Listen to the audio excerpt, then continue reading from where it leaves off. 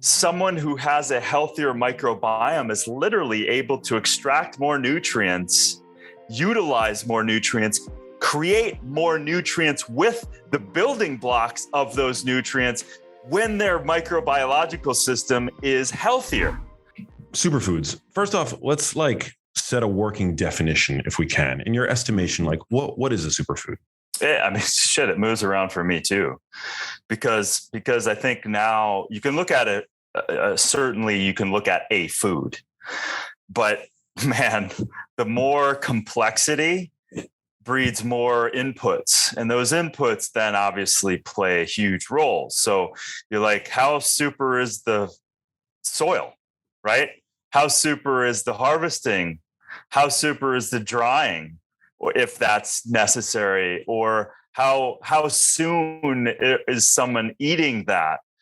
What state are they in while consuming that? What kind of microbiological systems do they have in place while that is really the epicenter of enzymatic up-regulating, down-regulating? So dude, we could blow apart the whole thing right there in terms of, we already know that the microbiome is so bloody complex. Even when you're consuming something, someone who has a healthier microbiome is literally able to extract more nutrients, utilize more nutrients, create more nutrients with the building blocks of those nutrients when their microbiological system is healthier. So you're like, holy shit. So if I'm consuming, let's use a simple blueberry, because there's so much going on in a blueberry. Let's use that as an example. So it's like, they now know that polyphenols, anthocyanins to be specific, are actually a type of fiber benefiting the healthy, good microflora. So, and those are often linked to the color of the blueberry too. So it's like, what is a complex antioxidant is really yes, and this connection to the microbiome and this food for the healthy microbiome. So you're like, shit, now the blueberry just catapulted itself into a whole nother category, which is now supporting your mind, supporting your healthy transformational alchemical system, which is your microbiome. So no super is on its own, because literally one person eating it and the other person eating next to them, they're literally getting different things. Like, holy shit. Wow. Based on a variety of things. I mean, you can even look at how calm are you? How down-regulated and parasympathetic are you while you're eating, right? That also has massive implications to your ability, adrenaline, cortisol, your ability to upregulate virtually anything. So going back to your very simple question, in a certain sense, is very complex for me in this day and age. Because listen, I think the simple answer was, as I was investigating foods way back in the day, I was literally innocently turning over packages and looking at the marketing, as I was also learning about these things academically, or starting to actually, for me, I would immediately start playing with them. I would start formulating, and I formulated for a decade with foods first before I even got into supplementation. But it was really the source of it all came by way of seeing, call it fatal conveniences of supplementation, right? So why is that filler in there? Why is that GMO cornstarch in this supplement as a stabilizer? Why is this natural flavor that has slid in there these proprietary you kind of languaging about, hey, this is our proprietary language, so therefore we're going to slide underneath all of the regulatory bodies and not have to disclose. So propylene glycol, all of these other things. So as I was looking into all this stuff and a lot more, I started to go like, okay, their marketing is not lining up with, number one, maybe that presentation of how that thing was, that food, that supplement, that herb, that botanical was dried and used. So it doesn't even make sense, right? Moringa is a good example of that. Most moringa on the market is just dull green, brown, and yellow, which is, you know, the photonic power. You can already understand that green leaves, that is of moringa leaves, you know, are heat sensitive and things like that, and have nutrients and chlorophylls and even B vitamins in there as well, but vitamin C's, 35 other antioxidants. So you can grow it easily, cut it down. And if you don't process it very quickly, wash it, dry it, lock that in, then you're going to have what is in a bottle just as a name with no super left in it. Right.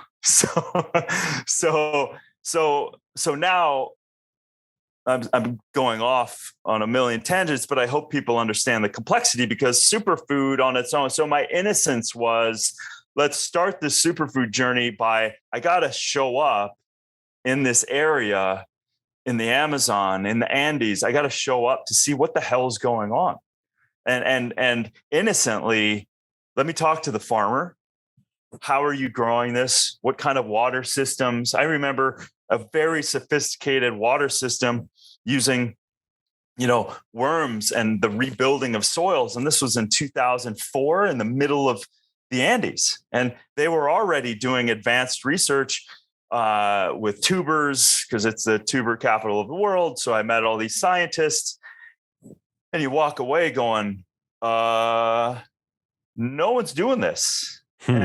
And if they are, they're trying to produce, at least production wise, trying to take, in this case, maybe it's Sasha Inchi, and it was Yacon, and it was maca, and these advanced growing methods on an ancient food. I didn't know that. I didn't read that anywhere, but I understood that when I showed up, and I understood the difference between that and just any old one on the market. So as you can imagine, then, how is that soil? How are they processing it? The science and the science team that's validating all of that stuff. And I'm sitting there going, wow, like no one knows this stuff, but yet everyone can market and say anything. So that's what seeded, pun intended, that's what seeded my desire to put these into supplements, to put these into the world. And also the other super is to support these indigenous people that have now become friends so that they can have a better life. And then you could tie it in a bow saying, this is the early form of regeneration. Regeneration is not extracting and leaving less abundant. It is working with nature, not against nature. So, and so that, if you're looking through the lens of regeneration on every level, it has to benefit the customer with no inputs of chemicals, with high phenolic or other types of compounds, or whatever that superfood is, validated and tested, and then the soil and the farming methods, and then the farmers themselves. So all of that, Max, and probably a whole lot more, is what I think superfoods are. Wow, such a holistic perspective. I mean, I so appreciate that. It really makes you wonder how far removed modern foods have come from that. Like, just how far modern foods have journeyed from their source. I mean, if you think about modern wheat, soy, corn, it's all been bred to hell. at this point. But then you take a wild plant, like the kinds of plants that you described, yacon, maca. Those are plants with vigor, right? Like those are plants that are still having to fight for their own survival. Yeah. And then we pluck those plants, or we pick them, or what have you, and we ingest them. And what I love about this is that they impart that vigor unto you. Yeah. Yeah. And that's, listen, I mean, teed up, which is why I fell in love with Barukas, is because of that very thing. We were able to actually, we talk about maca, yacon, sashainchi. Those are now being grown, and then grown in careful ways. And many of the superfoods are now doing that in some sort of farming method, and hopefully a diversification of that utilization of different plants contributing to the soil buildup rather than the stripping of. Whereas that's where I fell in love with Barukas. This was literally, and still is, a wild food. This is in a landmass that's almost half of the United States in its landmass, but we are collecting that which falls at the time that it needs to fall, giving the full nutrients and the strength of the Cerrado, which is 9 months, 8 to 9 months, no rain, and then monsoons. And so the strength and the antioxidants and the compounds that are there for its survival, which the great synergy between us and the plants is that we get to utilize and we get to benefit from these compounds that are protecting the plants, but then they're also weirdly protecting us, and we get to use that upregulation. And so that's why Barukas came this perfect kind of scenario where we could support the people, get a wild food out to people, because that wild nutrients into bodies is a really good idea, right? One of the most nutrient dense nuts in the world by us testing them. And then those indigenous people, we have over 2,000 collectors in the Cerrado, so supplying consistent jobs in areas that they need to have a job. So all of that wrapped itself up into this little, Baruka nut where people love it. It just so happens that the taste of it is just kind of blows you away in how good it is. But that is a spokesperson for what I was just describing. That is a wild food supporting a wild area. Plus, the last thing we did because of the deforestation, and you realize that why I'm talking about regeneration from a holistic standpoint, is we can no longer afford on any level as business owners to not look through the lens of how every aspect of our business is supporting or not supporting people, the planet, etc. So with us, we were seeing the deforestation literally driving through the Cerrado, being deforested faster than any landmass on the planet, which blows you away right there. You can't even get your head around it. Crying 2 times. I just broke down crying. It was literally life and then stripped, just right in your face. And it's without any concern, with obviously unsustainable animal agriculture and food for those animals. So that was just radical. And then we're like, okay, well, let's put a goal. Let's try to plant 20 million freaking trees because they're being wiped out. So anyway, that encompasses a lot of what I was talking about. Yeah. And I love Barukas. We've talked about them in the past on this show. I'm a huge fan. And actually, Barukas, we have a discount code for the audience if they'd love to go and if they like to go and check them out. Barukas.com. You can use code Genius15 for 15% off, which is a nut that you, I think, single-handedly brought to market in the US. Well, our shared, we never do anything alone, that's for sure. But between a Brazilian, Rodrigo, and a team of people, at first I was like, Rodrigo put some time and energy into it. And I was like, well, let's promote it and get you some of your money back because I was so busy at the time. But then the more we studied, the more we looked at it, like I couldn't let that go. And the more we interviewed people, like, I don't mean interview like a formal interview, but went around the country and had, all of this investigation into understanding the ecology, understanding the biology of the seed, but also the importance of this tree in the wild.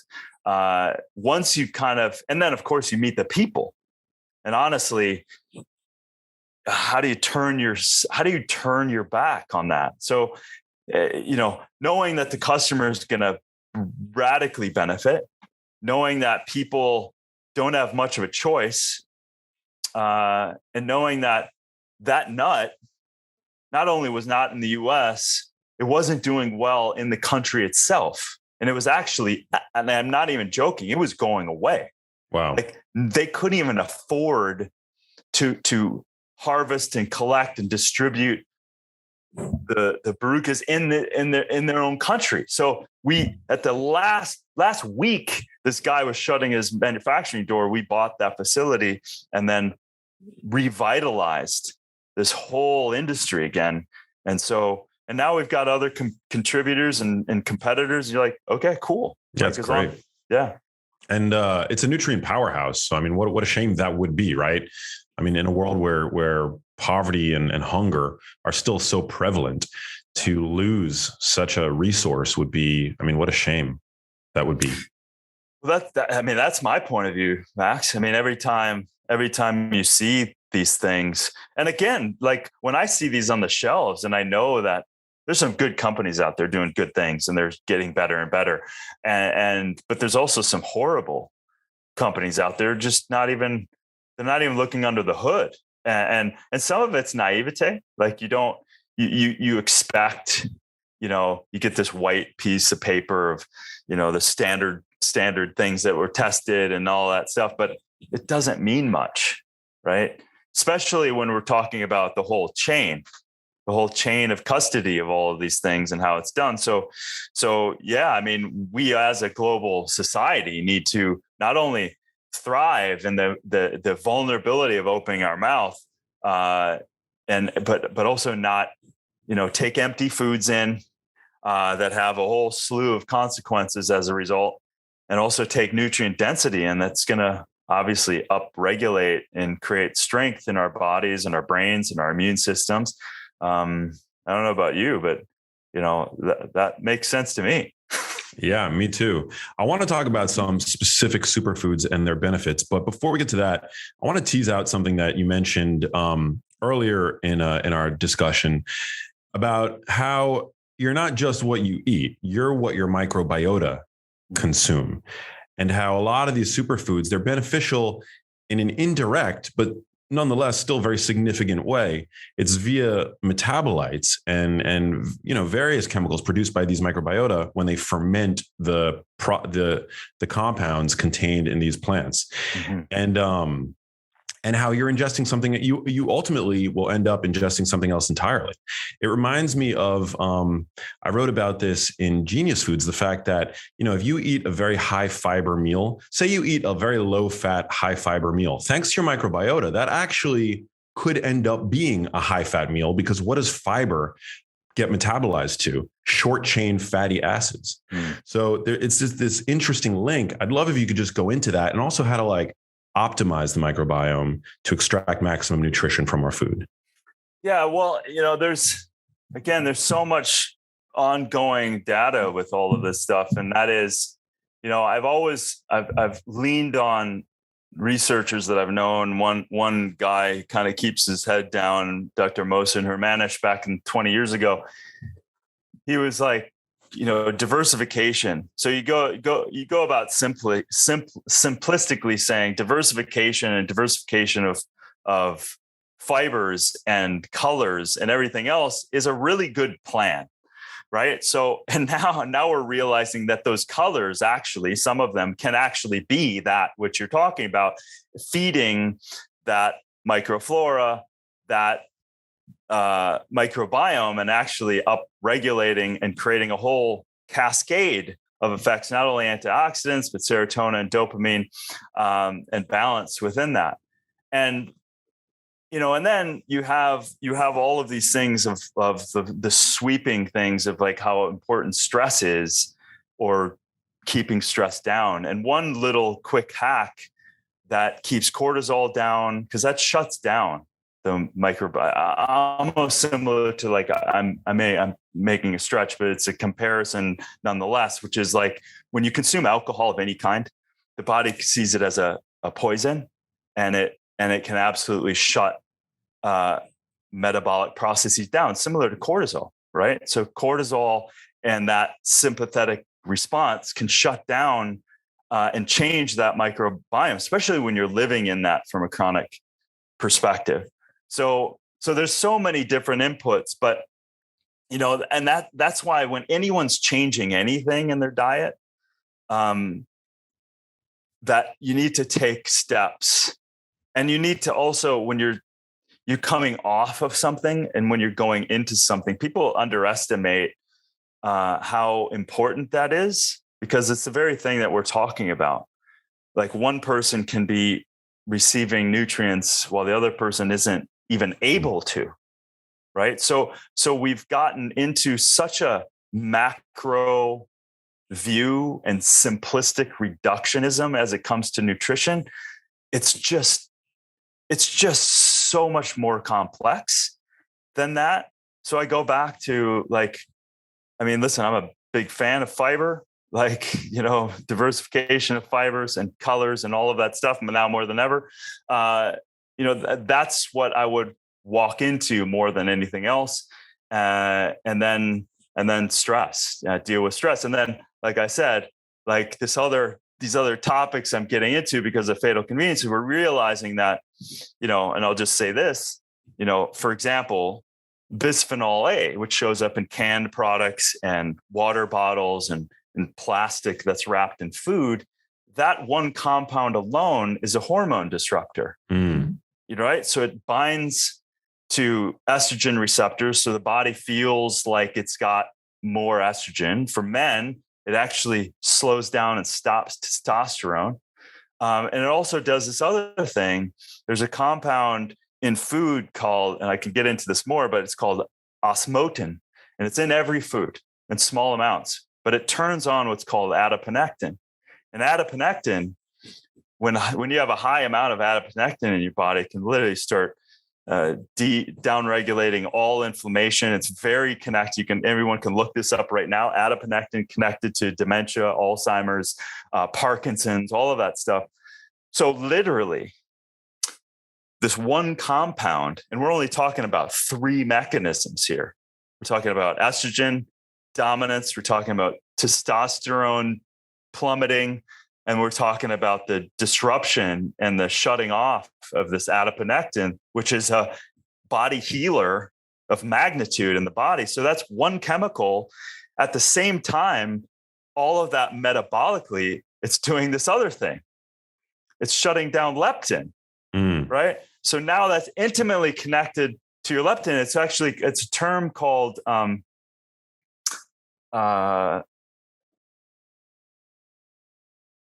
I forget the term. There's a certain fat term that they're calling that, but it's now connected to, we can do all the thing. And listen, you and I have dedicated our lives to nutrition, right? And doing things that are optimizing nutrition. But at the same time, the chemicals in the park are in the parking lot doing push-ups against our own metabolic hormone brain processes that are literally taking off and flying towards heart disease, diabetes, motility, reproduction, 200 chemicals.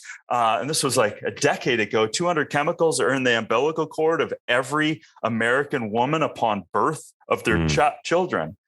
So I can't even get around this conversation anymore, Because if we are going to talk about health, we also have to look at all the things in our modern day world that's literally feels like it's going exactly the opposite and what we need for our own health.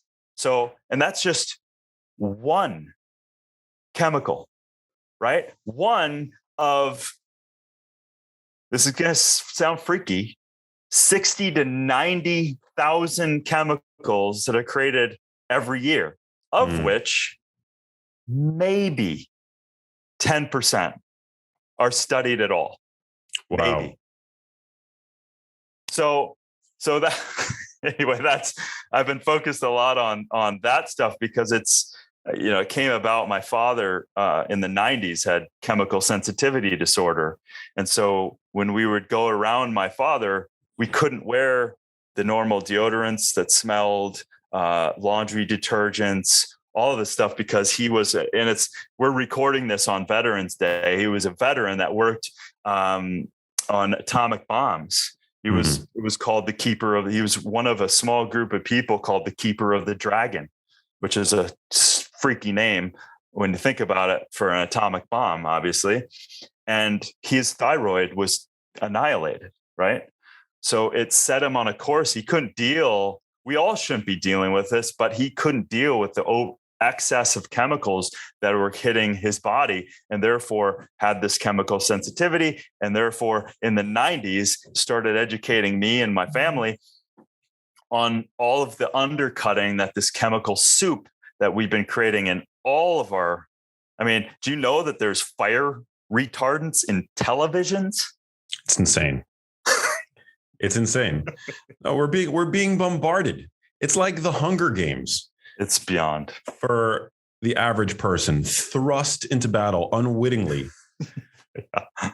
With defenseless, right?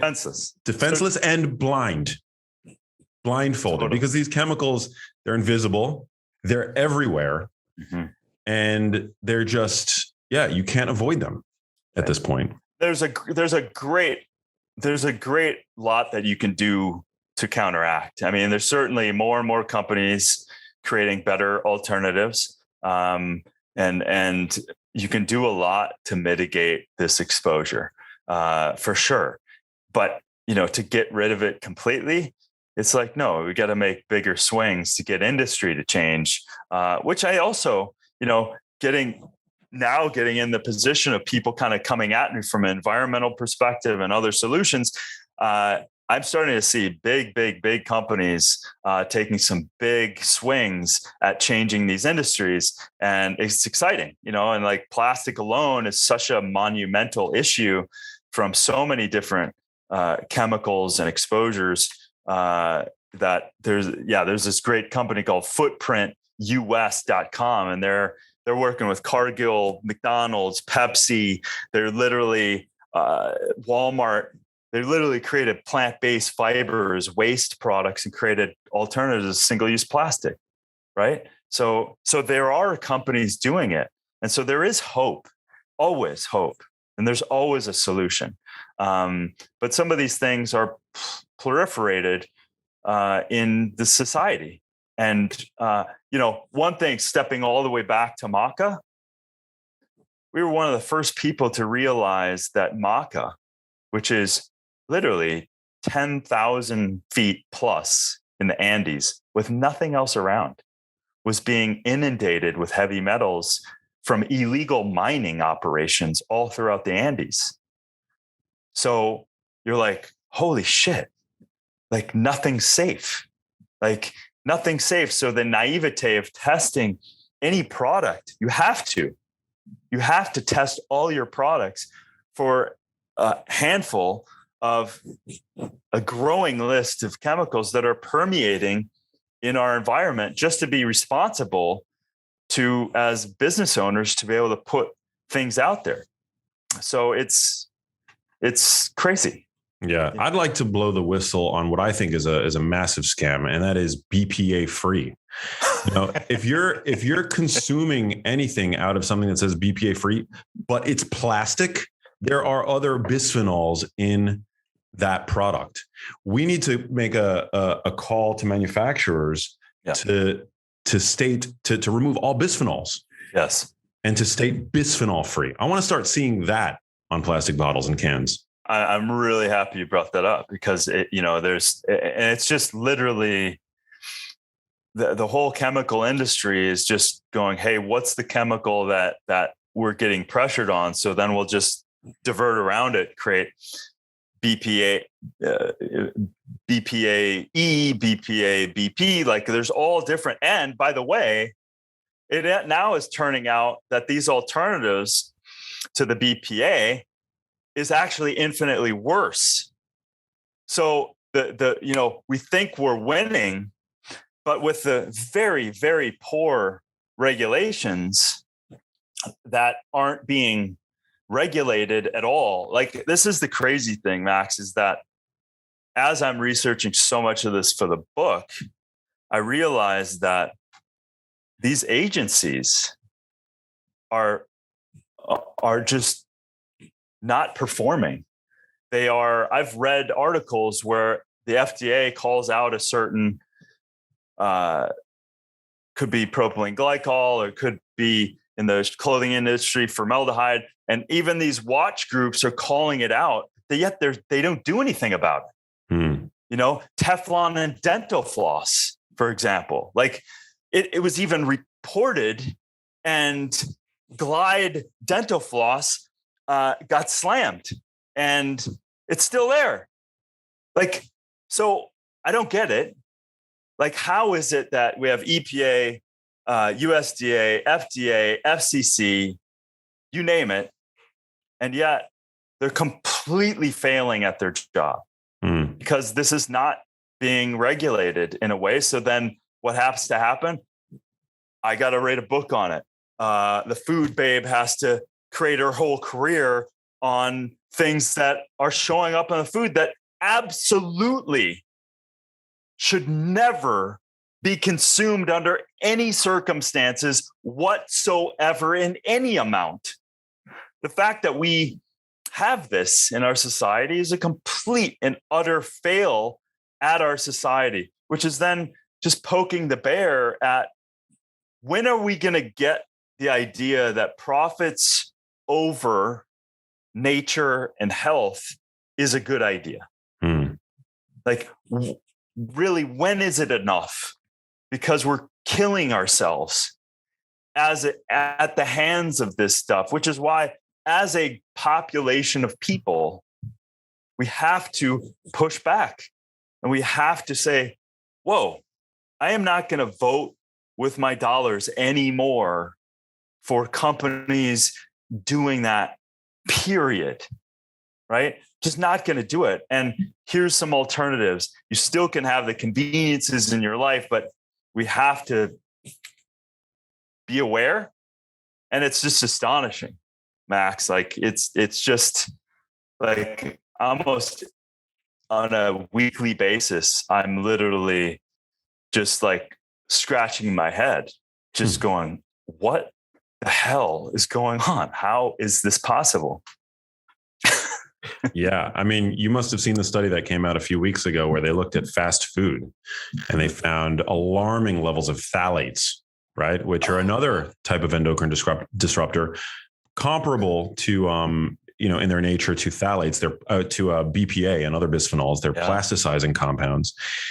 But I mean, these are known endocrine disruptors, and we're stuffing our faces with them. Yeah. Right. When we eat fast food. Now, fast food is obviously like nobody eats fast food and thinks to themselves, oh, I'm eating a healthy meal. But you should be entitled to eat what you want without necessarily ingesting toxic chemicals that are going to set you up for developmental problems, infertility, and a whole host of other issues. Yeah, as plasticizers and thickeners in the fast food to keep this together, and the even the bisphenol that's actually on the wrapping paper of this fast food. Like, yeah, the phthalates show up in so many different categories. I just don't, again, I mean, I'm going to go out on a limb here. It's almost like they're trying. It just doesn't make sense, because as someone who's been deeply involved in the supplement industry, deeply, right? Screaming at flavor companies until finally you could get one that is doing water extraction purely and concentrations of water extraction and not chemicals and not flow agents and not proprietary anything, like literally screaming at CEOs and seeing like, and then you look to the FDA and you're like, oh, the bylaws are allowing it. Like, okay, how did that happen? How did that happen without the population knowing? Where's our vote? If we've said that FDA, you are supposed to regulate, and so when you say yes to something or no to something, that's supposed to have some efficacy. That's supposed to, organizations, hell, government is there to protect us and our freedoms, not to slide something in, and, it's crazy. So, the phthalates, I mean, I'm shocked and then I'm not shocked because almost in every category, these things are showing up everywhere. And they are some of the phthalates that are showing up in newborn children already. They haven't even had a chance. They haven't even had a choice. But yet, as a society, we made those choices for them. And it's not okay. No, you just have to think about, take a moment before you eat anything, and just take a moment, take a beat, and think about how that food ended up, whatever that food item is, how it ended up in your hands. Did it have to flow through a Byzantine network of soft plastic tubes to become the food-like product that you're holding in your hands? Because if so, it's probably loaded with plasticizing compounds. Yeah. Among other industrially produced chemicals, right? I mean, if it had to flow through tubes or be wrapped or stored in vats, chances are you're ingesting endocrine disruptors. Yeah, and it's just so permeated, and it's there's a great documentary that just released. I don't know when this is coming up, but it's a documentary called "They're Trying to Kill Us.com." Oh, wow! And it's food scarcities within cities. Right? Underprivileged. They don't even know where their food's from. They don't even know what an apple looks like, literally for most of their life. And their choices are the 7-Elevens and these other things. And it's like, how is that? And that's not okay. How is that happening? It's not okay. If it's not okay, can we do something about it? Of course we can. So this is the thing. We do have to come together. And, I also, I'm a massive environmental supporter, but I'm also a common sense supporter more than dogmatic political ideologies about all of that stuff, which it has now become. So think about it. And what you're suggesting is, let's get back to our instincts. Let's get back to our knowing. Let's get back to our olfactory sense of food selection, because they knew fat, sugar, salt was the easiest way. And now we have chemicals of 4 things: fat, sugar, salt, chemicals is an easy way to override our instinctual olfactory taste receptors, fresh food receptors. We know when something's fresh. We know when our body wants to consume something. We are the only mammal on the planet that has left our food out of the equation of selecting food, right? But when you alter food in any way, everything's up for grabs. That only works when something is whole and fresh and unmanipulated. So we haven't been given the chance. And so I am less and less about any sort of shame for someone for not being ideal weight or it's just literally so much is stacked against so many people, especially the underprivileged areas. It's just the deck is stacked, and we need to solve that problem. And also, like you talk about the UN. Like, I turned down going to the UN at COP26 because I was like, yeah, they're good people doing good stuff. Yeah, I have a lot of friends doing a lot of great things and are at that UN conference. And I don't think they're doing the best job in the world. I have seen children dying of waterborne diseases, and thousands die every day. Thousands. And food scarcity exists when we literally today have well over 10 billion people's worth of food right now. Easy. But our systems are failing us. Our systems of getting that food to people is failing us when we're sitting there going, this is a whole bunch of food that an apple with a brown spot on is being thrown away and not given to someone that can nourish that person. What the hell?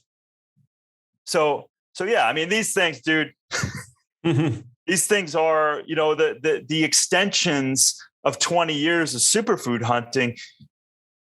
I can easily just focus on superfoods. They're amazing. There are plant medicines. They can create my career for the rest of my life with an awe-inspiring ease. And it continues. And at the same time, once those blinders open and you see things in the world that are injustices and don't have to be there, I can't help but to shine some light and to raise that level of awareness so that we can all together.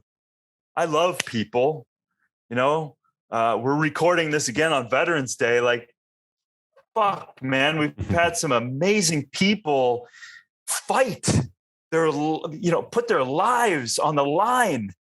And we need that same level of protecting us, our children, our wives, our daughters, everyone from this invisible monster. It's an invisible monster that is harming us every freaking day. And so common sense to me doesn't make sense to use chemicals that are undercutting the very organizing regulatory system of your body. Just doesn't make sense. If you want to manipulate someone's operating system and make it come apart, then keep doing what you're doing. Keep putting those specific chemicals in your products and expose the population of people to it. Keep doing that because it's definitely going to wreck society. Keep putting formaldehydes and dyes all over your clothes and put it close to your skin. Horrible thing to do. Seeping into your body. Ooh. The clothing industry,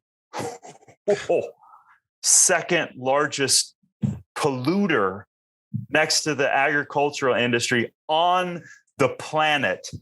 And we are so of that, nearly 50% of the clothes that we're creating, and fast fashion is wrecking this planet, and it's causing a lot of other hormone disrupting symptomology into people because they're putting clothes on their body and it's going right into their skin. So it's like, well, if you could see your heart beating, would you have a little more kind of understanding that that's a precious organ? Well, your skin's an organ.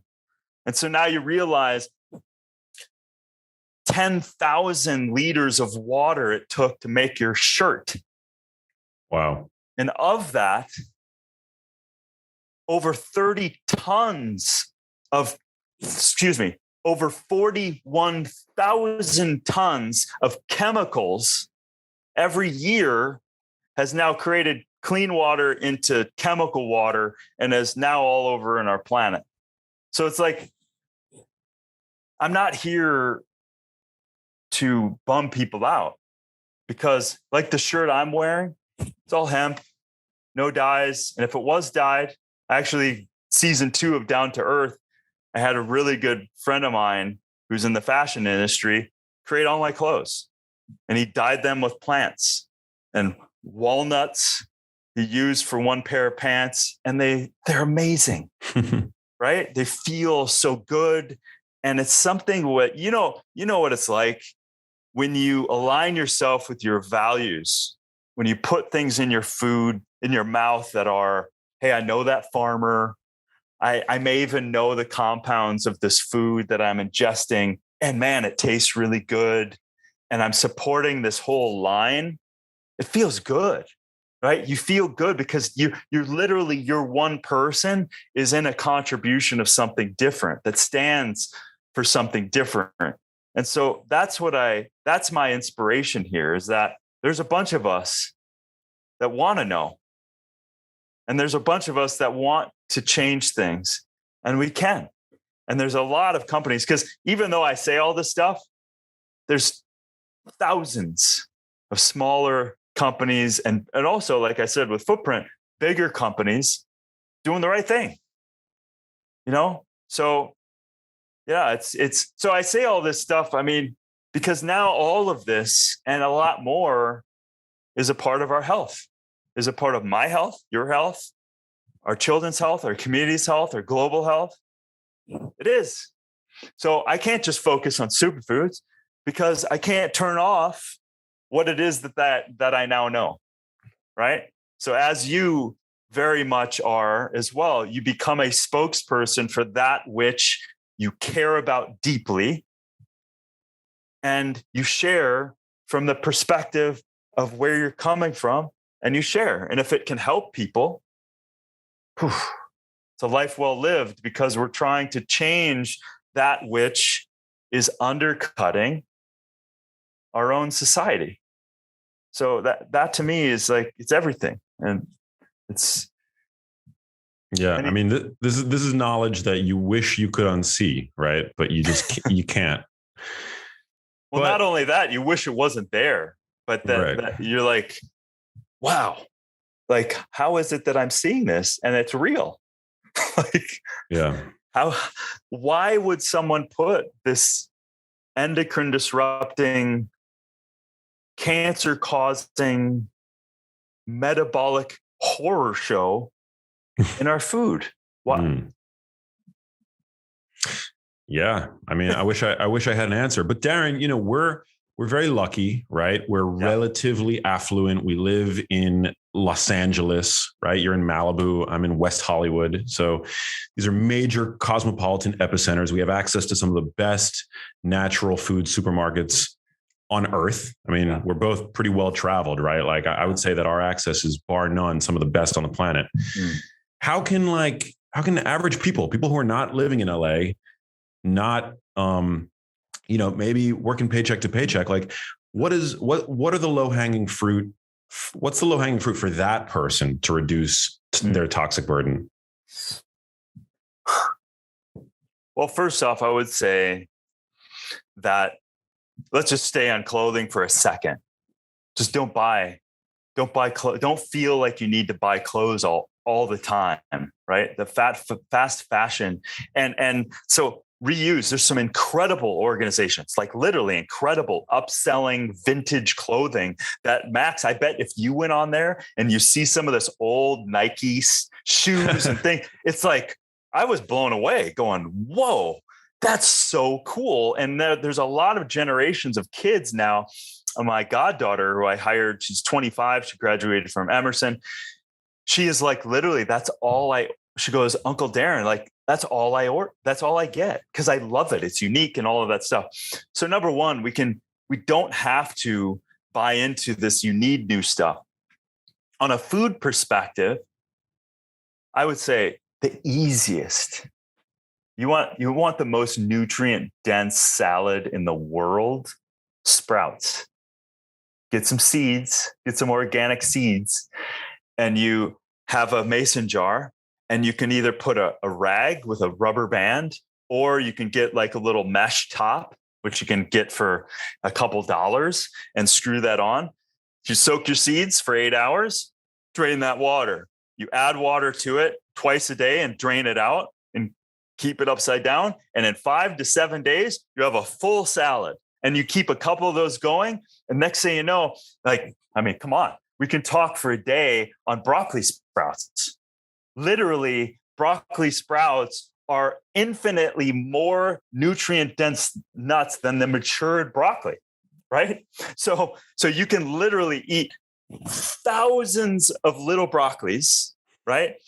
That you can throw in. And I'm telling you, I've been just going crazy because I've been doing lentil sprouts and array of bean sprouts, and of course, zucchini sprouts and broccoli sprouts. I've been doing just a ton. And my God, the freshness and the antioxidant capacity and the sulforaphane and broccoli, the anti-cancer, the immune modulation, unbelievable. And how much did that cost? Each can, what, 7 cents, 10 cents, whatever it took for 3 tablespoons of those seeds. So from a food perspective, we can get really smart. And listen, if you have space, and you can have a barrel garden and have a lot of soil, and you can create probably on average 3 salads a week, and you could have it on your deck. You could plant a mint leaf. You could start growing food, and then that food is information from your environment too. So that's a whole other discussion, right? So there's a lot we can do from that perspective. And then there's a lot of personal care stuff. We need to, that's a massive conversation. Once my book's out, we can get down on the rabbit hole, but, fragrant-free laundry detergent, don't toxify your laundry. Sometimes we get used to, that's what my clothes smell like, and they're just full of endocrine disrupting toxic compounds. So you can change that. And, maybe like I mentioned, the dental floss, that super glide stuff full of Teflon, you're putting that right in your mouth, going to it, increasing your risk for kidney cancer. So get rid of that. I get a bamboo charcoal dental floss. All I do is put it underwater, so it makes it a little slipperier, and now boom, it's no big deal. So you can do little things like that. But again, toothpaste, deodorant. Oh my gosh. Deodorant's a big thing. It's right underneath, connected to the lymphatic system. So you definitely want to stay away from that which you can't pronounce in your deodorant and go to food-based. And you have to be aware of pHs with that and natural. I think Salema Masakela, I think he's connected to Hume, Hume, I believe, is a good deodorant. Schmitz is a good deodorant. So these things work and they're great. And again, I think of, if you can ingest it, it's good to put on your body. So things like that. It's amazing how much we've stigmatized like the natural odors of the human body, right? Like if it's anything less than spring fresh linen, right? Like, oops, you stink. But and we place moral judgment on that, right? But that is not reality. That's something that has just been drilled into our heads by the makers of Febreze and all fabric detergent, all Tide, it's Glade. And so we've saturated our lives with these fake scents, right?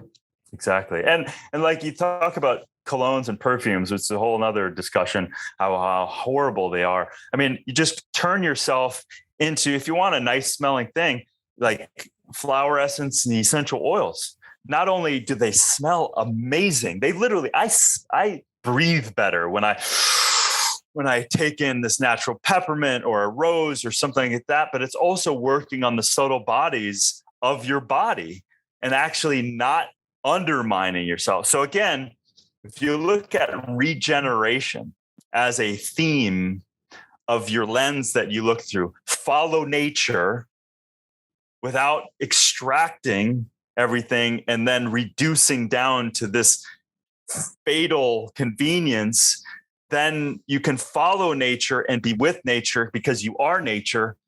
And you can find these different things that are going to play a lot better on you and your life, because every habit is creating the seat of your future. So everything you do, as you know, you look in the mirror, that's the food that you ingested. That's the attitude that you're having. The mirror is providing you the lens of how are you doing? Like, are you weak, tired, beat up? Okay, what have you done? But you can do it now. You can make choices now. And you don't have to be overwhelmed with this, but just one choice at a time creates more and more. Because you know this too. It's like you don't know how good you can feel until you have the experience of feeling better. So sitting, we get used to feeling a certain way. Is that optimal? Do you have energy? Oh, you don't. Okay, well then maybe start looking at some of these things that are undercutting your own energy systems and start making choices that will counteract that. Absolutely. I think, and just going back to scents for a second, like the natural smell of the human body, like a lot of the odors that we emit are mediated by microbiota, right? Like you have a microbiome in your armpits, you have a microbiome in your mouth, you have a microbiome in your groin. Like a lot of people will, if they have bad breath, they'll rinse with antiseptic mouthwash, and that becomes a vicious cycle, right? They have bad breath, they rinse with antiseptic mouthwash. But what if the antiseptic mouthwash is creating the bad breath? Because you're just decimating your microbiome every time you swish with it, allowing these opportunistic pathogenic bacteria to take hold and create those smells.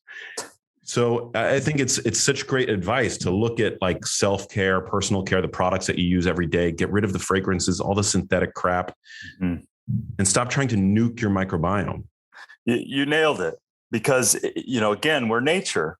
So if, I remember swimming in the Great Barrier Reef, and when you go down and look at it, something that's an inch in circumference, you realize that that's a whole world. It's a whole world of life.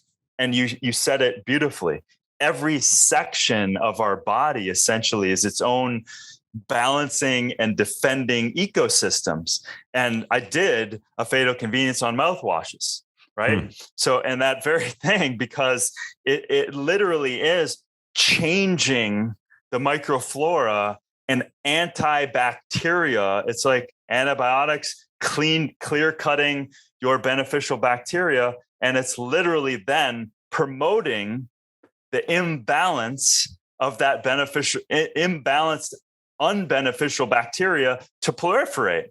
So that idea of germ theory, as we got to annihilate everything, is a really horrible understanding of the complexity of the biology and the microbiological systems. And so, that's the thing that we need to.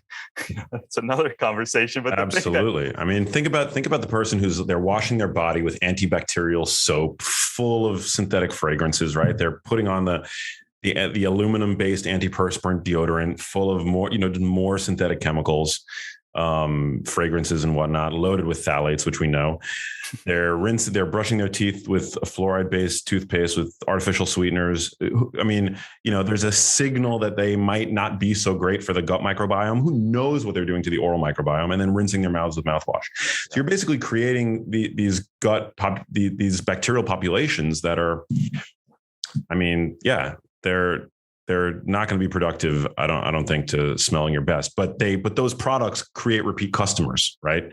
And so you're like, oh, well, I'm not going to smell perfect unless I use these products. But the other thing is, like, maybe you don't always have to smell like some synthetic, air freshener that's hanging in like a taxi cab, like that's how people want to smell these days. And it's not, I think that's just all marketing. It's like the result of marketing, just continually making your average person who's receptive to it feel inadequate about everything, the way they smell, color of their teeth.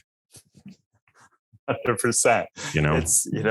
It's that fear-based underpinning of marketing, in the sense that you actually are not perfect. you are broken, and we have an answer for you. Yeah. And that's that obviously as at the foundation of where we just dump our power. And as a society, we've given over way too much power. And so now, one of the greatest things I would say to everyone, every choice, like you said, like you were talking about before you eat something, stop and question. Ask a question. Where is this? What is this? What is this doing? What am I habitually doing? Is that benefiting me for myself and my life? Or is that not benefiting for myself and my life? And then just slowly start making those changes. But yeah, it's insane. It's just utterly insane what we've done as a society. And, but listen, at the spirit of it all, once people know, some will change, some won't. There's nothing you can do about it. But exactly.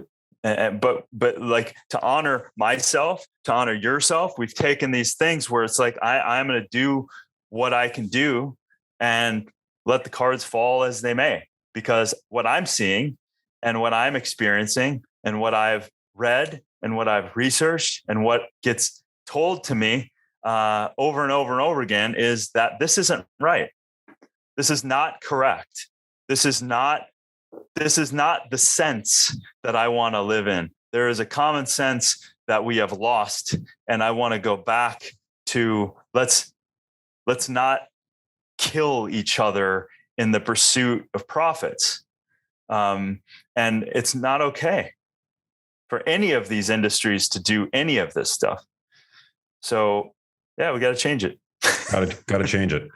If you were dropped in the middle of the country and you had to go to just your average supermarket, what are some superfoods that your average personal that you'd find in your average supermarket? Well, I mean, I would go to obviously the fruits and veggies.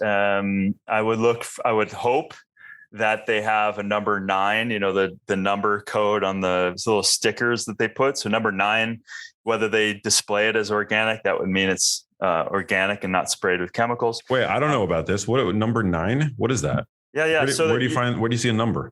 Yeah. So the codes that they put, those little stickers they put on all fruit and everything else, and they have a 4, a 3, a 9, or whatever. 9 tells you that it's organic. It's organically created. So 3 and 4 means that it's, I think you'll have to check this, but 3 and 4 means it's chemical sprayed and or GMO. So it's either 3 or 4. But so you want to look for number 9. So that's what I would look for. And then I would go to, and more, like I'm from a small town, very, very small town.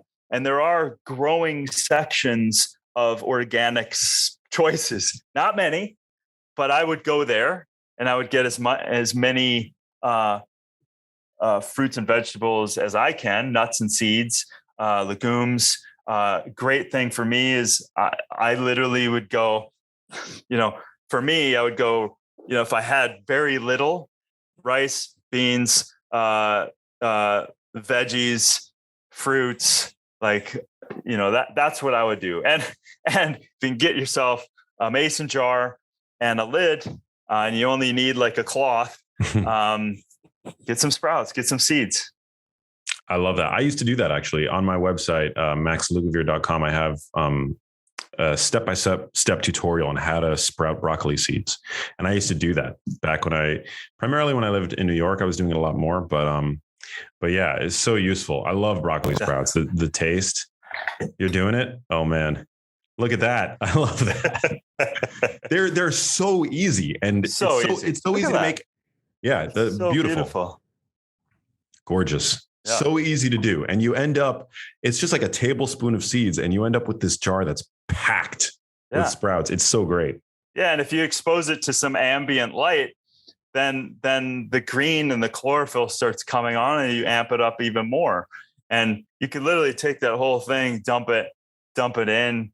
If you want a little more substance, you can add whatever you want to the salad too. But But at the end of the day, the nutrients that you're getting is far surpassing almost anything else you could put in there.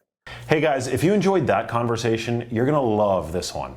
Growing up, I had chronic tonsillitis. I don't know if you've ever had tonsillitis or maybe strep throat, something like that. It's just viral, painful, and I'm allergic to a few different strains of antibiotics. So it was always really difficult for me to solve this problem. So, and I would get it like once a month. It was pretty horrible. And I was basically always sick. I had a really weak immune system. I tried everything conventional. I tried everything natural. Nothing worked. I couldn't find a place for myself. And I was just sick a lot. And that was my life. And when I was in college, I did a semester abroad. I was in Europe studying. And when I got really sick, I went to a pharmacy there. And the pharmacist gave me Propolis. And I had never heard of Propolis before. I knew about honey, but I didn't know the bees did anything beyond honey. And I used it, and it was the first time something worked. In about 5 days, I made a full recovery. And that was the start of my obsession with bee products. From there, I started incorporating all these different bee products into my routine, doing a ton of research. And then I became so obsessed that when I finished my time abroad and went back to college, I started beekeeping. And that's Wow. how I really got into all of this. That's so exciting. Beekeeping, just based on your experience with Propolis. Yeah, I mean, it was really profound for me because I had been sick and I felt like I had tried everything. And for me to finally find something and, in a few days make a full recovery and then stop getting sick. I mean, I was in Europe for 7 months, and after solving that bout of tonsillitis, I didn't get it again, which was the longest stretch I'd ever gone in my life. And the only new addition was really Propolis. And, I started using Pollen and some other bee products as well. And I was doing so much research on it, and I realized that, Propolis is known for being antiviral, antimicrobial, antifungal, anti-inflammatory. So it makes sense that I had that effect. And I just became really obsessed with it. And then when I went back home, I couldn't really find Propolis anywhere. In North America, there's tons of honey, tons of Manuka honey, but Propolis just isn't really a household name. And so I was like, I need to get this for myself and I want to learn more. And I've had this really impactful experience. And I was like, I love nature. This could be a cool, weird hobby. And it ended up being my life's passion. What did your friends and family think when you told them that you were going to become a beekeeper? Oh, they thought I was insane. This is like in 2012, I was in college. And, I was like, it's not a normal after school hobby for a college kid, certainly not at that time. So they thought it was pretty weird.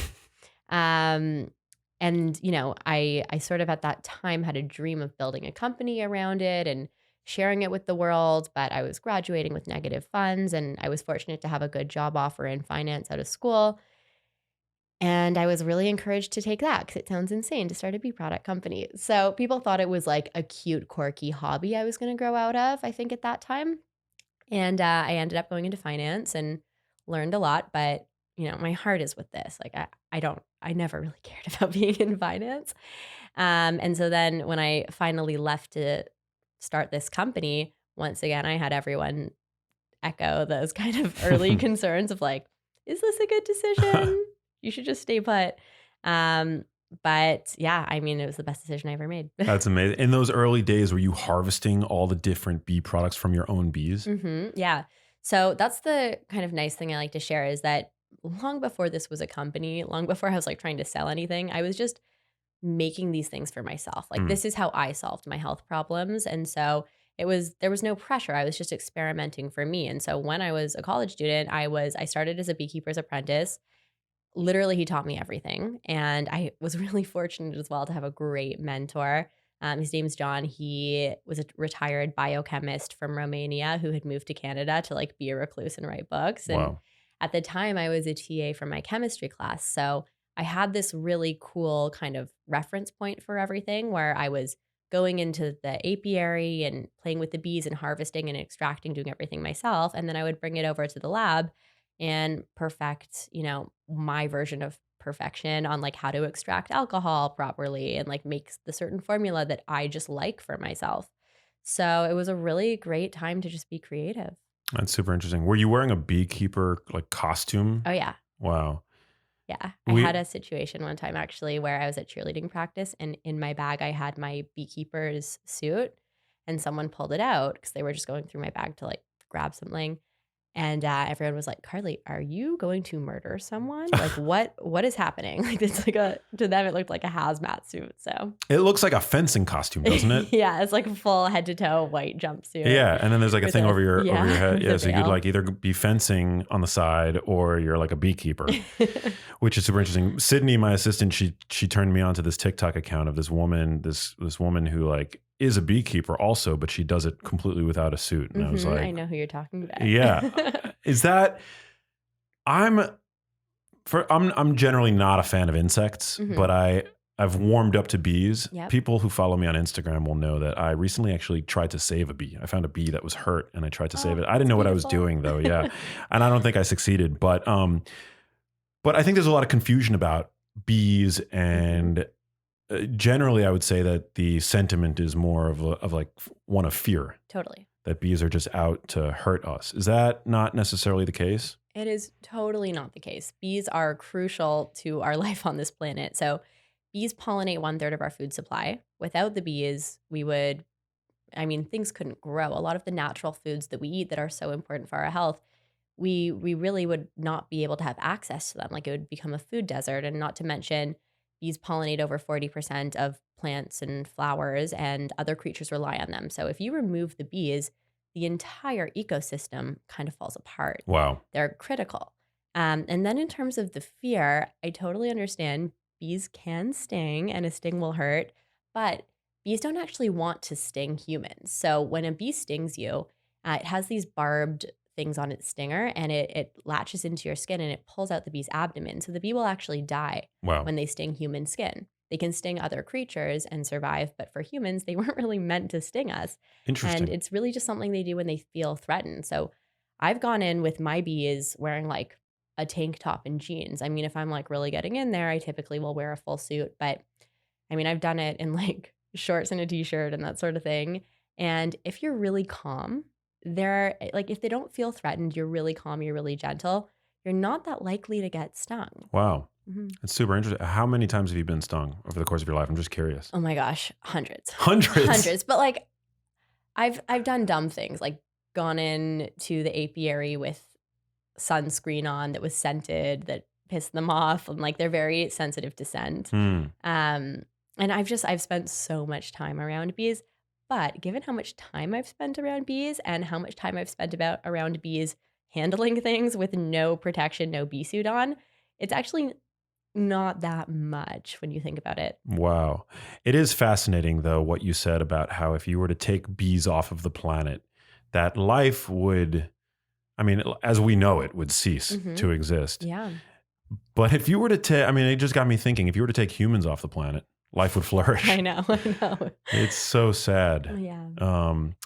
But that's really interesting. So currently, are bees, what are the primary threats that bees face currently? So the number one threat, in my opinion, and there's a lot of debate around this because pesticide companies tend to be well-funded, but the number one threat, in my opinion, is pesticides. So in 2006, DDT was taken out of the game. I think people probably remember the imagery of birds dying and all of that. Silent Spring, Rachel Carson. She kind of was the original whistleblower. Yeah. And so when they took DDT out, it was replaced with a substance called neonicotinoids. And that is now it's very commonly used in the US. Now, other parts of the world they've banned it actually. Parts of Europe have banned it. In Canada, they instituted a partial ban in certain provinces. So we know this stuff is bad, but in the US, as of now, it's still pretty widely used. And I really hope that changes. And, it's not good for us. It's a water-soluble substance. It degrades our soil. But for the bees, it's a neuroactive substance. And it really distorts their spatial reasoning. And it's causing a ton of problems. And so, we've seen a decline in bee populations over the years. And pesticides are hugely problematic. And it's really interesting as well because at Beekeepers Naturals, we do pesticide-free beekeeping. So we make sure that there are no pesticides anywhere near our bees. And we do that for a few reasons. One, for product quality, of course, because organic, frankly, just isn't enough when it comes to bees, because just because your bees sit on organic land doesn't mean they can't fly next door. And they'll fly for like a 5-mile radius. So if they fly next door and the neighbors are doing something dirty, it can get into your end product. So you have to be really careful. So we do natural beekeeping, pesticide-free. We're really intense about that. And what we've seen is our hives are flourishing year over year, contrary to population trends. So, I mean, that's not the largest sample and it's not a perfect study, but we're literally seeing our bees thrive without pesticides. And we also know, like there was a study that came out from Harvard, we know that these pesticides are harming the bees. So that's the number one culprit. Other factors, urbanization, climate change. A big thing is monocropping. Just the agricultural practices have really changed. So if you think about it, let's like think about it like a monocrop. It's one type of plant and it has one bloom period. So there's a certain time of year where the bees have this awesome buffet. And then after that bloom, it's kind of a desert. So unless they're planting other, margin planting is a really great practice for people who do have monocrops, to allow for for varied foliage around the perimeters so that bees have different food.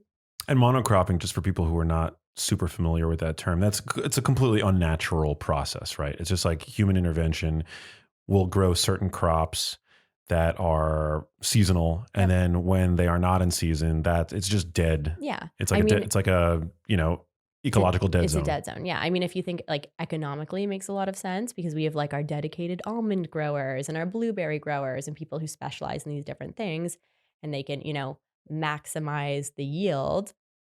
But it's not how things used to be. It's not, varied wildlife and different plant types. And it's just, one organized type of plant. Very interesting. Do bees have any natural predators other than us, perhaps?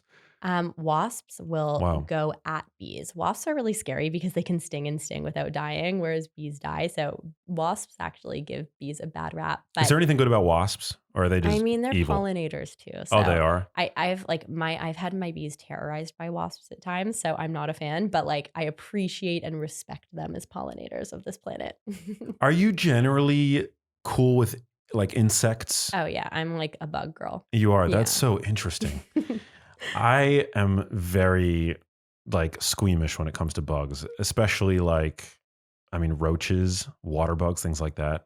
I grew up in New York City. Mm-hmm. If I saw a water bug on the sidewalk, I would literally cross to the other side of the street. My partner will literally call me into the room to take a spider outside. Wow. I don't know. I feel like we have these innate fears, some of us, it's super interesting. So you've brought to the market all these incredible products. And as you mentioned, I think most people are just familiar with honey. Mm-hmm. One of my favorite bee products, and has been for a long time, is bee pollen. How do you, bees, they're just this untapped reservoir of amazing things. It started for you with Propolis, mm-hmm. and then walk me through the process as you began to discover all these other products that bees were creating. Yeah. So, I first fell in love with Propolis, and again, like many of us, zero awareness of what the word Propolis meant. I really just thought that bees make honey. And it's really interesting because bees are actually not native to North America. They were brought over by European settlers. So in other parts of the world, Propolis, royal jelly, pollen, commonly used in traditional medicine in certain parts of the world. But in North America, we really only think of bees for honey, or depending on what industry you're in, pollination. And so my first experience with Propolis, I was just sick, and it was literally the first time something worked. And then as I started to research it, I found, I just went on PubMed and was looking up Propolis, tons of studies, tons of science. And then it was really interesting because I realized this isn't new. I was like, what is this new magic I stumbled upon? And of course it is very old. The first recorded human use of propolis dates back to 300 BC. Wow. And, in the 17th century, propolis was listed in the London Pharmacopoeia as an official drug. So this is, before, this is what we've been using as medicine for a very, very long time. So propolis was really, the gateway for the gateway drug for me. And where do you find, how do bees make that? How is it harvested? Great question.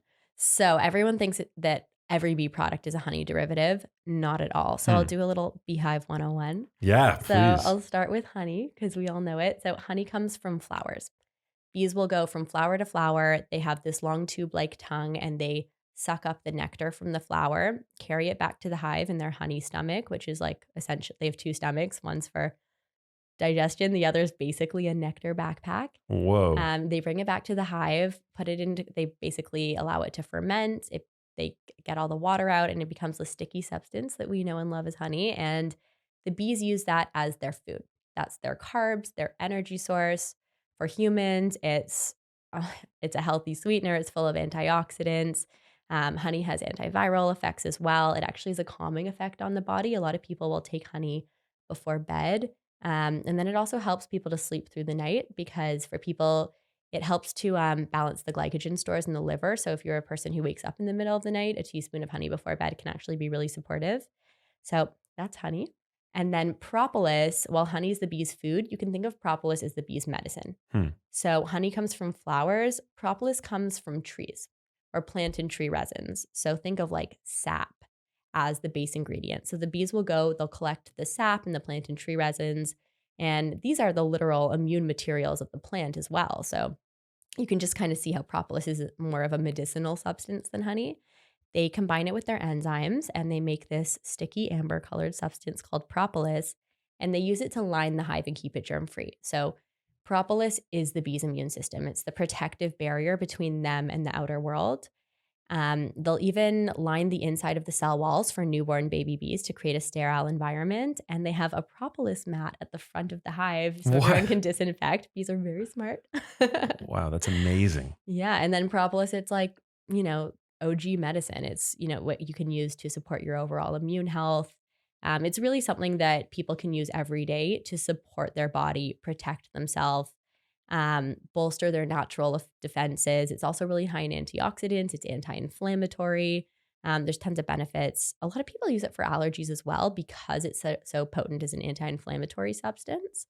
But that's propolis. Now, when it comes to propolis, because I know you guys have this incredible spray. And side note, I take like regular like voice singing lessons, and my teacher, shout out to Deborah Joy, she just randomly, she didn't know that we were seeing each other later today, but she said that this is a great spray for people who have sore throats, if you're a singer, if you're a public speaker. So she was a big fan of this, and I was like, oh, that's so cool. So my question is it, for best practices, like you use it topically, you spray it on the area? Is it something that you want to ingest and have like, systemically? I tell people 3 to 5 sprays in your mouth every single day. If you are here's the thing.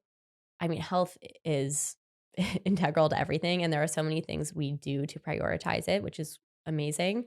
But if your immune system is not functioning properly, nothing's working. Like you really do want to take the steps to care for your immune system to build up your body naturally. And so 3 to 5 sprays of propolis in the mouth every single day. It's like, your bodyguard in a bottle. You're just bolstering your natural defenses. So that's what I do. People who sing we have so many singers, podcasters, actors, people who use their voice professionally and really rely on it and get the inflammation from working it so much will often take more than that. But I really believe that everyone should be using propolis every day. I think we can sidestep a lot of different illness and just really, feel a lot better. It's radically changed my immune system. I mean, I haven't had tonsillitis since 2012, which is insane. And I still have my tonsils. And you were struggling with it chronically beforehand. Chronically. I mean, I would miss like 3 weeks of school at a time as a kid, like always sick, always sick. Wow. So interesting. I know. I mean, I love that you found something that works for you. When I spray this in the back of my, it's just it's tasty, but it's so soothing as well. I can see how it could definitely be like a life raft after a long day of, vocal performance or speaking or what have you. Yeah. Yeah. I mean, it's like everyday immune health. It's just what you do every day to support your immune system. And the bees are onto something. And again, like we found propolis in Egyptian tombs. Like this is not new. It works very well with the human body. Humans have been using it forever. And the base ingredient is the immune components of the plant as well. So it's got, it's like the plant's immune system, the bee's immune system, and it works really well with ours. Wow. So interesting. And there is, because I've definitely done a PubMed search of propolis. There's a good amount of there's like, there have been clinical trials, there have been like research reviews. People are definitely within the scientific community talking about this substance, but it's probably just not nearly as well funded as a pharmaceutical agent. And so you're not going to see the kinds of robust, multi-center trials that you're going to see with a drug candidate. But Totally. that doesn't necessarily mean that it's not doing something. For a natural substance that doesn't have, big pharma money funding studies, it actually is a remarkable amount of research. Hmm. It was really interesting. During COVID, we saw a huge spike in interest just for propolis because a lot of doctors that have a presence online, a lot of health professionals were talking about propolis as an ingredient to support and protect your immune system. So more and more people are starting to understand propolis and search for it and look for it and understand what it is as an ingredient. But we're still really in the early days of sharing it in North America. It's great. Well, Europe is so ahead of the curve in so many ways that it's so great that you were able to find it and now make it available to everybody in the way that you have. So we've talked about honey, we've talked about propolis. Royal jelly is something that I first heard about when I was a kid, like years ago. And I've never known what it does or, why people like to use it, or I don't even know. Yeah. What is it? What's royal jelly? So royal jelly. So again, honey is the bee's food. Propolis is the bee's medicine. Royal jelly, you can kind of think of as the brain food of the hive. So royal jelly, the nurse bees make it. And, a lot of people compare it to like colostrum.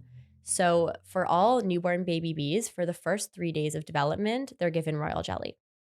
It's like breast milk. Wow. And then after 3 days, the bees transition off of royal jelly onto a more normal diet, bee diet of honey and pollen. And only the bee who's to become queen continues with her exclusive royal jelly diet. So that is all the queen is eating. Is that why it's called royal jelly? Yeah, it's the queen's food. It's like bee breast milk. Yeah. That bees royal jelly has more of a ring, I was going to ask a really stupid question to be funny, but I'm not going to go there. So royal jelly. Yeah. So Tell me about jelly. its properties. So it's the exclusive food of the queen bee. Really interesting because if you just look at the queen bee on a biological level, the queen bee she evolves very differently than regular bees.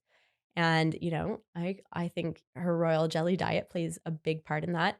So the queen bee is much more robust. If you just Google queen bee versus like regular worker bee, she's jacked, like she's fit. Wow. The queen bee will lay around 1,500 babies a day, whereas regular female worker bees don't have reproductive organs. The queen bee will live 3 to 5 years, whereas a regular worker bee during foraging season lives 6 to 8 weeks. They literally work their ass off until they die. Worker bees don't reproduce. No, they don't. It's the queen bee makes them all. Wow, yep. That is fascinating. Mm-hmm. And also, what I've learned is that worker bees are primarily they're all for the most part female. All women. The women do everything in the hive. See, bees also they have this beautiful women's empowerment story to them as well because they're doing so many good things for the world, and they're mostly women. Yeah. The male bees, they're called drones. Women. I could probably get in trouble for that. Not that I care, but we'll say that they're female. Yeah. The male bees are called drones, and their sole purpose in life is reproduction. Like they basically mate with the queen. They die during this process. The queen will take her like mating flight, have sex in the air with a drone, and he dies. Oh man. Yeah. Goes out good, goes out strong. And then once the queen once she's pregnant and when it's sort of like approaching fall, the male bees are all kicked out of the hive. The girls are like, hey, you guys are a drain on resources. You're going to need to go. And they just, overwinter like that. So the male bees don't do much. I had no idea that bees were such feminists. They are. I love it. I love it. Hey, Yeah. So sometimes I see huge bees flying around. Mm-hmm. Are those are bumblebees? Those are probably. So there's a difference between a worker bee and a bumblebee? So there's a bunch of different bee species. So honeybees are the ones that we work with at Beekeepers Naturals. Honeybees are the ones that are making the honey. They're the most effective pollinator, but there are tons of different bee species that are great pollinators too. So the big fuzzy ones, those are bumblebees. Yeah, they're slow and cumbersome, and they're really cute. they terrify me. They terrify me. Glad you find them cute. So those are bumblebees. Those are bumblebees. Yeah. So yeah, there's a bunch of different types of bees. Bumblebees are so generally speaking, like solitary bees. Bumblebees are actually social as well, but solitary bees. There's some bee species that really live on their own. They don't live in like a hive community, and they're really unlikely to sting you. There are even stingless bees. Like there's tons of different types of bees all over the world. So yeah, honeybees though, they are the world's most effective pollinators. Hmm. So they're, again, all bees are super amazing at pollination, but honeybees are just like efficient. Wow. So we've talked about propolis. Mhm. We've talked about honey. I should tell you what royal jelly does for humans though, because it's amazing for bees, but it has some really cool properties that affect humans and specifically affect the brain. Interesting. Mhm. Yeah. You mentioned that it was like a brain food. So what does it do to the human? Yeah. Brain. So royal jelly is really well known for focused memory concentration. Hmm. It contains acetylcholine. It's one of the only naturally occurring sources. So acetylcholine is a neurotransmitter basically responsible for brain-body connection. It helps to speed up your transmission system. And then this is like a really cool thing that I like to nerd out on. Royal jelly contains these two fatty acids called 10-HDA and AMP-N1 oxide. And these basically promote BDNF. They act as a catalyst for neurogenesis. So they're really, I mean, I see a lot of people using royal jelly after a concussion, or, with any sort of brain trauma. I use royal jelly on a daily basis. We have these like Be Smart brain shots that I think you've tried. I take those every day, and that's just what I do for focus, memory, concentration. I also try to stay off caffeine, and royal jelly gives you like a nice little energy boost. But royal jelly is really powerful for pretty much supporting your executive functioning. Wow. That's fascinating. Yeah. The Belix like capsules that you guys make. Mm-hmm. Very interesting. I know there's a lot of people interested in nootropic. Would you consider it a nootropic substance? Absolutely. Yeah. Our Be Smart shots are definitely nootropics. And so we have the royal jelly in there. And then we have ginkgo biloba, which I'm sure a lot of your listeners know about. And then Bacopa monnieri, it's also an adaptogen. It's an extract from a leaf traditionally used in Ayurvedic medicine that has great properties for the brain as well. Amazing. So bee pollen, where does bee pollen fit into all this? Pollen is also one of my favorites. And I'm really sorry because I brought you bee pollen and left it in my Uber, but I'm going to get you more. Bee pollen is actually like of all of them, I would say probably my favorite. I eat this stuff by the fistful. I mean, it's so good for you. Well before even you got started with Beekeepers Naturals, I was a huge fan of it. It's so good. How would you describe the taste? It's like fruity. Yeah, I mean, it depends on the time of year it's harvested and the floral sources. I'm like so good with my bee pollen now that I kind of know what flowers it's coming from. Not always, but sometimes. But bee pollen, you can really think of it. So for the bees, carrying on with our theme here, for the bees, it's their protein source. So literally the bees will go flower to flower, collect the pollen. They mix it with their enzymes. So they kind of like bunch it up. And then they stick it on their hind legs, and it's called their pollen pants. So like if you see a picture of a bee with these like yellow balls on their hind legs, that's their pollen pants, and they're carrying it back to the hive like that. Wow. Yeah. And then it's the bee's protein. So that's what bee pollen is. It's literally the protein source for the bees. The bees eat it.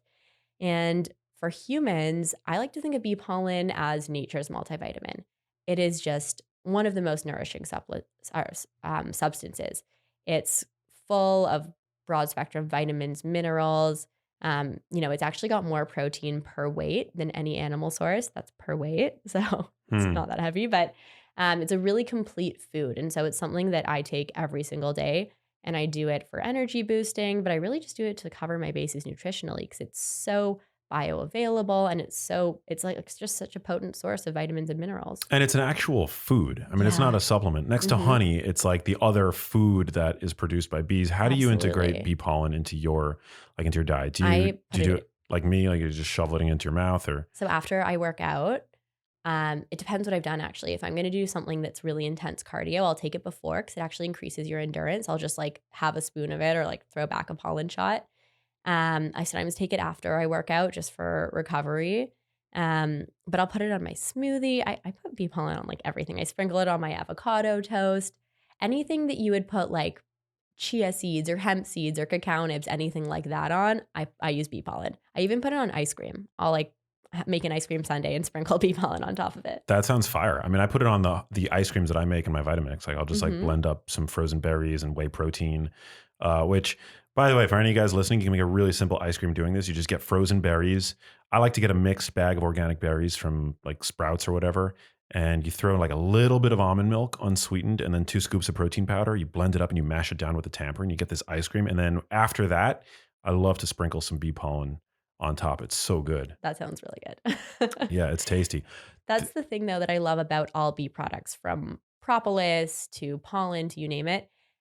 They're like food grade. They're very bioavailable, because I have such an issue with, not all supplements are taken in by the body the way we want them to be. A lot of things we just don't really break down, and we titrate and pee out, the $40 supplement we're spending money on. And so bee products, they're really well integrated by your system. Couldn't agree more. Sometimes I get bee pollen that's really soft, and then other times I get it and it's really firm. Is there a difference in the chemical constituents that account for that variation? So there's a few things that could be making a difference. One is the floral type it's coming from. There's just, natural variance in the type of pollen. But the other thing is, a lot of pollen, and all pollen's great. So, just take your pollen, everyone. But unless you have very severe allergies, in that case, I would be careful, because it's pollen from the plant. So, Right. A lot of pollen is dried. So people will harvest it, they'll apply a lot of heat, they'll dry it out, and then they sell it, and it can be a little bit crunchier. So something that we do is, all of our pollen's raw, and even dried pollen is incredibly nutritionally dense. But I like to keep ours raw, because pollen has, like all bee products, really powerful enzymes. Like how the bee is collecting the pollen and how they're bunching it together and transferring it, otherwise it would be a powder, is by mixing it with their enzymes. And bee enzymes are magic. So for the pollen at Beekeepers Naturals, it's completely raw. And that's why we recommend, like, once you open it, it's totally fine before you open it. And if you've opened it already, it's not bad. It's just ideal to keep in the fridge or freezer after you've opened it. Now, when I travel, like I did a road trip this summer, my pollen was sitting in a hot car and I ate it every day. It gets really hot in the hive, so it's not like your pollen's going to go bad, but it is great to preserve the enzymes that way. But sometimes the harder pollen, it's because they've applied a lot of heat and dried it out. Interesting, but it doesn't degrade the health qualities of it. I mean, it will degrade the enzymes for sure. Anytime you're applying a high heat like that, and like heat as in, so sometimes the reason people will apply heat to pollen sometimes is to clean it. For us, is that like pasteurization or? Sort of. You can think of it that way, just because little things like, sticks, leaves, when you harvest pollen, there's stuff that gets into it. Like how you harvest pollen is you put this basket kind of under an area of the hive, and the pollen that the bees basically drop, we collect and take that. And so there's, people have different methods, but that's what we do. But with that, you get leaves, you'll get like twigs, that sort of thing. And so some people will use a really high heat to clean it. What we do is we use air. So we basically have this huge machine where we like fan it. And so we basically blow out, and it's sort of like a mesh catcher. We blow out anything that's bigger than the pollen granules. That's so cool. It's definitely one of those things. Like I have to have it in my fridge, and on Greek yogurt, I'll put it in. It's even good on salads, like in salad dressing. It's got a really strong flavor, so I don't use a lot in salads, but definitely people should check it out. It feels decadent too. I mean, I just like, I go to town on that stuff. It's so funny. When I first started beekeeping, the first time I tried pollen, I was like, no, this is like way too earthy for me. I don't like this taste. And now my body craves it. Yeah, I love it all the time. It's awesome.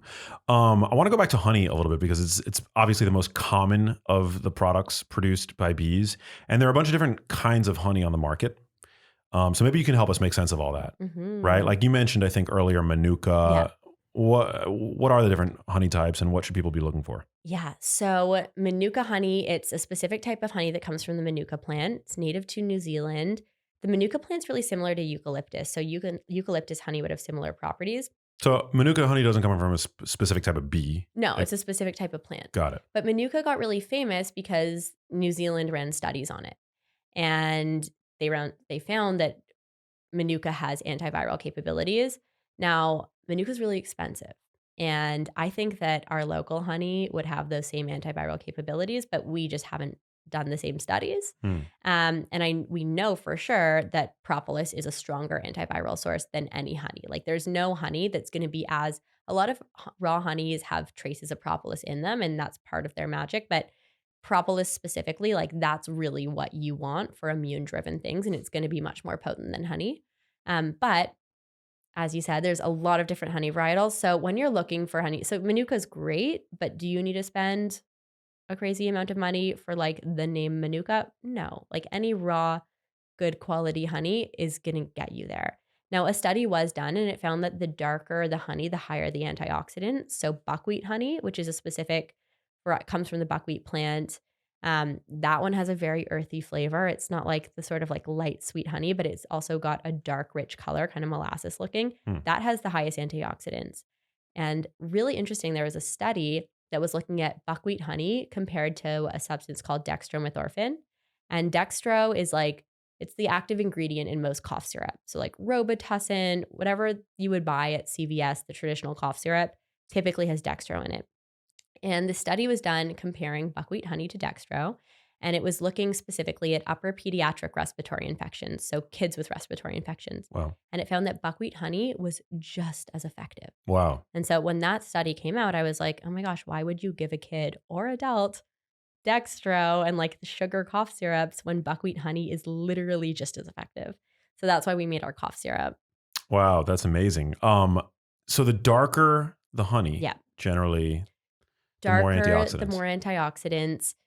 The key things to look for raw, because if you're buying pasteurized honey, and pasteurized honey just means it's been heated to a really high degree. It's like the type of honey that typically comes out of that squeezy bear is pasteurized. If it's really liquidy, it's probably been pasteurized unless it was like just harvested. And so you do not want that because that's sugar water. Pasteurized honey, you've cooked all the nutrients out. You've applied a really high heat. So, you're losing all those antioxidants and all the nutritional properties. So the raw honey is what you want. So always make sure you have that. Now, raw honey will solidify. So sometimes I have people say like, oh, my honey went bad. And I'm like, well, that's impossible because honey is the only food on the planet that never expires. Like they've found honey in Egyptian tombs that's like totally nutritionally intact. And that's a testament to bees' enzymes. It's pretty cool. So yeah, your honey, like it never expires. That's not so interesting. Possible. Yeah. So if your honey's getting hard, it's just crystallizing, which is a natural process. And that's why people pasteurize honey to avoid crystallization because it's more user-friendly. Squeezes out of a tube. If it pasteurizes, it's harder. You have to kind of heat it up a little bit to soften it. So yeah, but crystallization is a totally natural process. If your honey crystallizes, that's fine. Still eat it. If you want it to be softer, what you can do is heat up some water, stick the jar of honey into the boiling water. You're not going to pasteurize it doing that. You have to work at it to pasteurize it. And that's how you can soften it. But the key thing is look for raw honey and do your best to look for a honey that's pesticide-free and organic. What we were talking about earlier, organic does not necessarily mean pesticide-free, unfortunately. That's a big misconception that I think needs to be dispelled. However, organic does indicate typically that there's there's also, they don't use legally, they can't use synthetic pesticides, but organic, they still have organic approved pesticides. Totally. But I would feel a lot safer. I know that there's like people are listening and be like nature fallacy, like natural doesn't necessarily mean safer, but when it comes to herbicides, pesticides, and things like that, they use like vitamin D as a natural pesticide, an organic approved pesticide. Totally. So I wasn't even, first of all, organic is, definitely safer. And for me with my produce, I make a real concerted effort to purchase organic produce because I just don't want the synthetic pesticides, I just don't want to support that generally. But with bee products, even organic pesticides, it doesn't necessarily mean pesticide free because remember, the bees will forage for a 5-mile radius. So that's why, like at Beekeepers, our apiaries are in the middle of nowhere. We do a ton of work in Canada because it's a massive landmass with a tiny population. So like we have bees in the Rockies. Like our bees are really in the middle of nowhere. And there are definitely places in the US where you can get pesticide free and where, or the organic pesticides aren't surrounded by like the gross pesticides. But it's getting harder and harder in the US. Wow. What about the packaging? Does that matter? Because when you were talking about the plastic bear bottle with the honey, I was thinking, okay, they're pasteurizing this honey, they're heating it up, and then they're putting it probably straight afterwards into this plastic container that, hot liquid plastic container. To me, that's a recipe for exposure to plasticizing compounds. Yeah, I mean, I'm big on anything that's super hot. I don't want it near plastic. Yeah. I haven't seen any research specifically on that relating to honey, but I've seen we know that hot plastic is a bad situation. Now, we have never, first of all, we don't pasteurize honey at all at my company. I've actually, no, I think one time when I was an apprentice, I pasteurized honey for someone, but I've never pasteurized honey. I mean, I haven't in a long time, and I've certainly never pasteurized it and poured it into anything but glass. So I've never even experimented with that, but I would just avoid the squeezy bear honey if it's pasteurized. Like if you are having honey that's pasteurized and you think you're getting any health benefits, you're not, it's sugar water. Yeah, super interesting. Speaking of the carbs in honey, it's primarily fructose, right? Have you Mhm. done like a Yeah, and so it's also really interesting. People think that all bee products are high sugar. And like, yes, of course, honey has sugar in it. It doesn't spike you in the same way that, regular sugar would or certain types of sweeteners do. But propolis and our Be Smart as well, those are sugar free. First of all, there's no added sugar, but there's no added sugar in any of our products, but there's 0 grams of sugar. So we have people who are in ketosis who use propolis and Be Smart all the time. I tell those people like, pollen might kick you out, honey will kick you out, but go for it with the Be Immune propolis spray and the Be Smart shots. I mean, the dose ultimately is what determines whether or not something is keto or not. There's like Yeah. this dogma in the keto space, I mean, like a teaspoon of sugar can be keto. Yeah. A cup of white rice can be keto if you're exercising vigorously. I mean, it's like they're carbs, so they're sort of counterproductive to ketone production. But if that's all you're consuming in a day, are you going to be kicked out of ketosis for any significant duration? No. So when people get that obsessive, I think it can be counterproductive and a little obsessive. Totally agree. And such a big thing is like using honey, even people who are in ketosis, like using honey for sleep, a little bit of honey. If you're not having good sleep, I know. then what are you doing? You're opening the door to so many different health Yeah. problems. So interesting. So what's next for Beekeepers Naturals? I mean, you guys have all these incredible products. You're at every major supermarket that I've seen. I always look out for you guys. What's on the horizon for you? What are you excited about? So, I mean, I'm really excited about a product that we just came out with. I don't know if you've ever taken Halls or Ricola before, but we just came out with lozenges Amazing. that are really, really clean. I'll give you some to try. I think you have some actually, but I'm really excited about those. They've got zinc, vitamin D, propolis, and just a really clean ingredient profile. 1 gram of sugar per lozenge, 8 calories per lozenge, and you know, it's interesting when you look at lozenges. I'm like nerd out so hard on this because it literally took me like 3 years to make these lozenges because every hard candy manufacturer I went to was like, we need to use cane sugar as a binding agent or maltodextrin or aspartame. And I was like, well, we don't work with those ingredients, so no. But that's a product that we just launched. And then beyond that, we're really looking to reinvent the medicine cabinet and, clean up the medicine cabinet, things like our cough syrup, and then also just share the different powerful nutritive foods from the beehive and really make them mainstream. Like again, these are tools that everyone should be using. They're tools that humans have had in the toolkit for thousands of years, and we just really want to bring it back and bring it forward and give people a modern way to incorporate bee products into their life and have, the best experience they can. I love it. How can people support bees? Great question. So, big thing is pesticides. Really get to know what's happening on your lawn. I know a lot of people. I was talking to someone the other day in LA who was a gardener, and they were telling me it's organic. And then they had this conversation with their gardener, and there's a lot of pesticides being used. So, check out what's happening on your lawn. Go pesticide free.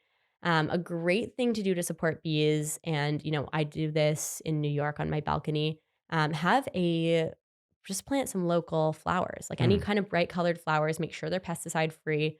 One of the things affecting bees is pesticides, of course, but the other is urbanization. There's not plentiful food for the bees. So if you can create a little bee habitat just by planting some organic flowers, great. Another thing is do your best to support small scale biodynamic pesticide free growers because, again, these are people who are creating food for the bees. And then we do a ton of stuff through the company. So we make like all of our swag, we give 100% of proceeds to our charity partners. We work really closely with UC Davis Bee Research. They're an unbelievable research institution. Check them out. You can also donate directly to them through Beekeepers. But they're doing all kinds of research just on how we can better support the bees and learn more about the integral roles bees play. And bee products, do they do any research on the bee products themselves? They do. Yeah, they do. Recently, they're really focused on just because of the bee decline, how we can support bees overall. But we've done all kinds of stuff with them. Wow, that's amazing. I feel like people are going to be, a little bit trepidatious. Like they're going to, want to plant flowers on their balconies or whatever, but They're scared of bees coming. But then they're going to have more bees around. So here's the thing. Unless you're really getting in the bee's face, swatting at it, it's unlikely that it stings you. I mean, again, like I've like gone into the hive, like put my hand inside their house, which is like, and that will be kind of in their face. But if you're outside in the garden, there's a few bees flying around, unless you're like really swatting at them or, wearing a ton of perfume or something that's really triggering, they're not going to come after you. hey, if you like that video, you need to check out this one here, and I'll see you there. The best hip flexor stretch I know is you've probably seen it, where you take let's say you're going to put your right knee on the ground, and then you're going to put your left foot on the ground, and you're going to be in half kneeling. So your back leg's on the ground, your thighs up on your left leg, okay? And then what you're going to do is, this is what people do, is they shift their hips forward towards their front leg. And then what they'll do is they usually stop the stretch there. Now there's two hip flexor muscles. There's the iliacus and the psoas. They're different. That'll stretch the iliacus. The psoas is actually more likely to be problematic than this tiny little iliacus the psoas is. So to get the psoas, then what most people do is they'll get their right arm up and they side bend their body. And that's what to do. You side bend your body away from the leg that's bad, because the hip flexor attaches to your low spine. So you want to create to stretch anything, you want to create the most distance